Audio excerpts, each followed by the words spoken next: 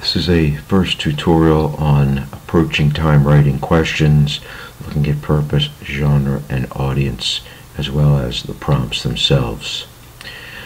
When you look at the time writing assignment sheet, oftentimes it will tell you what to do, and it's usually just choose one of the questions, respond to it in a time writing, strive to make an assertion, provide evidence and insightful commentary, and you have 50 minutes to do this. Now, in terms of purpose, it's very important to keep in mind what the purpose of this time writing is, or really any time writing.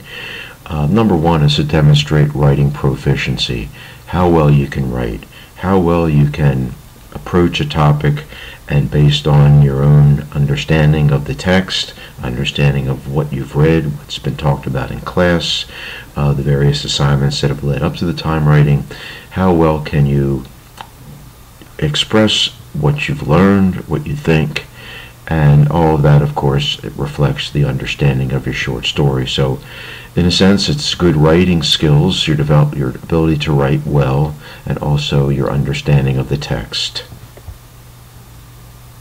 So again, writing proficiency and your understanding. Then when we talk about genre, we're looking at the short essay. And in this case, we want a brief introduction that includes the title, author, genre, and ends with the thesis statement. So again, as mentioned in class, introductions should be very brief because you want to spend most of your time with the body of your paper. The body itself can be 2 or 4 paragraphs, or actually even better, 2 to 4 paragraphs, even more, but again, it depends on your time. It's always quality rather than quantity. And then finally a conclusion, which might draw a new inference or two. Ideally, in any conclusion, you want to leave your reader thinking. So based on what you've written in 40-45 minutes, what do you want to leave the reader thinking about with regards to your response? And again, the audience is someone familiar with the story's plot, and the reason I put that down as the audience is to try to dissuade the writer from just offering plot summary and retelling the story. Okay, so again, it's writing proficiency, it's understanding, the brief introduction, title, author, genre, and ends with the thesis. Very important. Okay, and then the body, 2 to 4 paragraphs, followed by the conclusion, which might draw a new inference or two. Try to say something new. Okay, and then the audience, someone familiar with the story's plot. So essentially, that's the frame of any time writing, at least in this class. You're writing a short essay with these components. Let's look at the first topic here that some of you chose to write about. And that topic was, sometimes small details carry great significance or weight in an author's telling of a story. Choose one small detail from any short story and clearly explain how it helps to convey the author's theme. Okay, so first thing we want to do is approach the question. Think about what the question is asking. And if we look at this one, we have small details.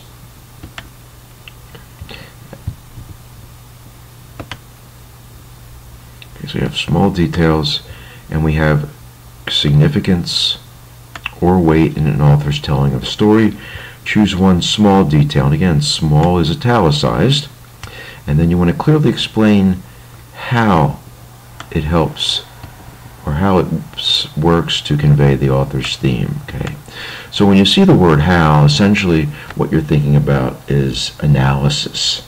An analysis, again, you're trying to explain how this helps to express the author's theme. So if you think of any of the short stories, the first thing I would do in this is to think about theme. What are the motifs in a particular short story?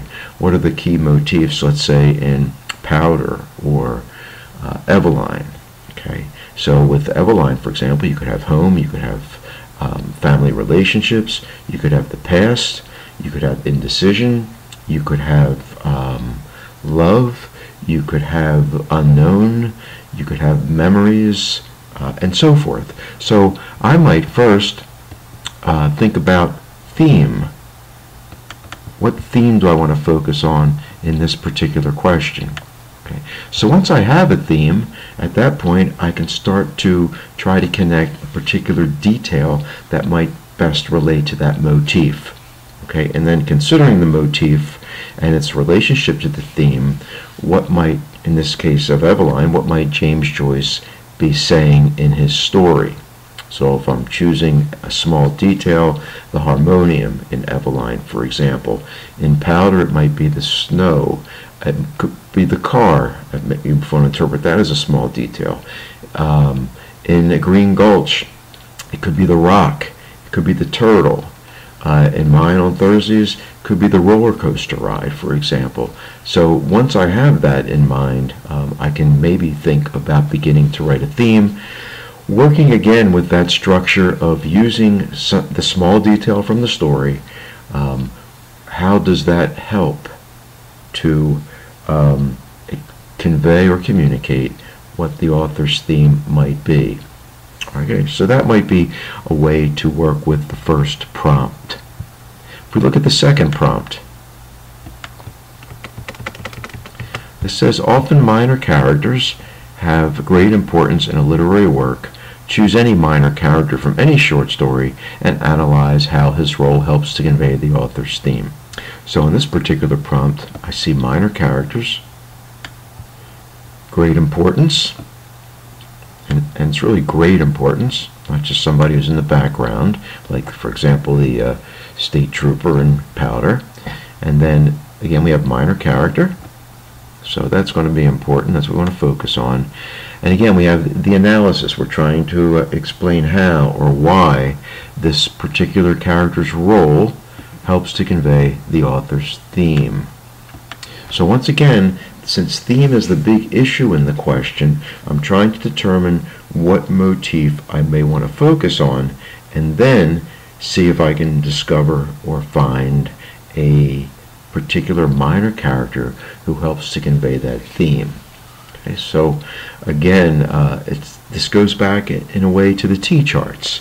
With the T-charts, you are listing evidence and trying to come up with how they might thread together or connect together to form or convey or connect to a particular motif in the short story.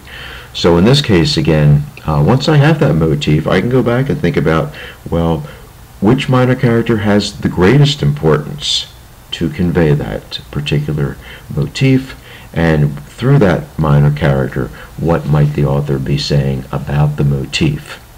Okay, so again, maybe working with that structure, using the minor character's name, or it might be an object. Sometimes objects can be characters as well. What is the author trying to say about the motif? Okay. Moving to the third prompt now, and that one reads, in retrospect, the reader often discovers that the opening scene, okay, so I'm thinking of opening scene of a short story, introduces a major theme. Write a short essay again about the opening scene and how it helps to convey the author's theme. So I want to choose the opening scene of a short story and how it might help to explain or show how the author's theme conveys itself or communicates itself to the reading audience. So in this case, again, since I'm thinking about theme, I'm going to obviously choose a short story, or think about the short stories, choose one that I think has an opening scene which carries significance, which is important in developing one of the themes that the author might be conveying or expressing to the audience. So again, with theme, I'm going back almost immediately to motifs. So once I have a short story and I have an opening scene, I'm trying to determine what motif I want to focus on. So for example, with Eveline, you have the opening scene where she's looking out the window. The twilight or the sunset is invading the avenue, and I'm trying to determine now what theme do I want to focus on.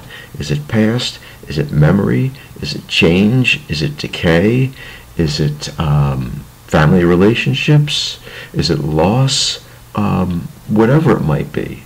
Okay, and then from there, I'm going to try to understand for myself, or try to connect how that opening scene, in relationship to the motif, what is James Joyce in this case trying to say about the motif. Okay, so that's in a sense what this prompt is asking. So once I have the opening scene, I have my statement of theme, then I'm ready to talk about how that opening scene, the details in it. And again, with details, I may be looking at word choice. I'm certainly focusing on that word invade because it's probably key, and it's certainly atypical or unusual choice of words by Joyce. Okay, and then finally, I'm looking at this last item here. In many works of literature, past events can affect positively or negatively the present activities, attitudes, or values of a character. From any short story, choose a character who must contend with some personal aspect of the past. Then write a short essay in which you show how, again, this analysis prompt in which you're trying to explain how this works, how the past event works or operates to, in this case, reveal the character's relationship to the past and how that helps to convey theme. All right. So in this prompt, briefly, I'm thinking of a past event, and again, I'm choosing a short story, and in the choices we had, past events, you could do Green Gulch. She's flashing back, if you will, as an adult, looking back on this childhood incident. Mine on Thursdays would be a little sketchy there.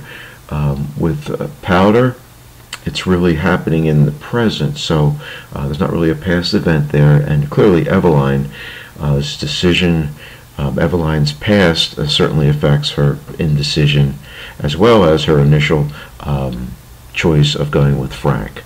Okay, so again, I'm trying to think of motif, because the theme, if I can't come up with a theme, then even if I can't come up with a past event, the response will not be effective. It will not be supported well, might just lapse into a lot of plot summary. So again, I think about motif with my short story that I'm choosing, and then thinking about a past event that best conveys that theme. Okay, so that's one way to look at these various prompts, and one of the first steps I believe that you want to do with any prompt, whether it's a DBQ, whether it's an English class, whatever the case might be, whenever you have an essay question, take it apart, look at the language in the question itself, because it's important, of course, or very obviously, to understand the question and what it's asking of you. Okay, I'll get to the last question in another screencast. I'm running out of time. Thanks for listening. Any questions? Let me know.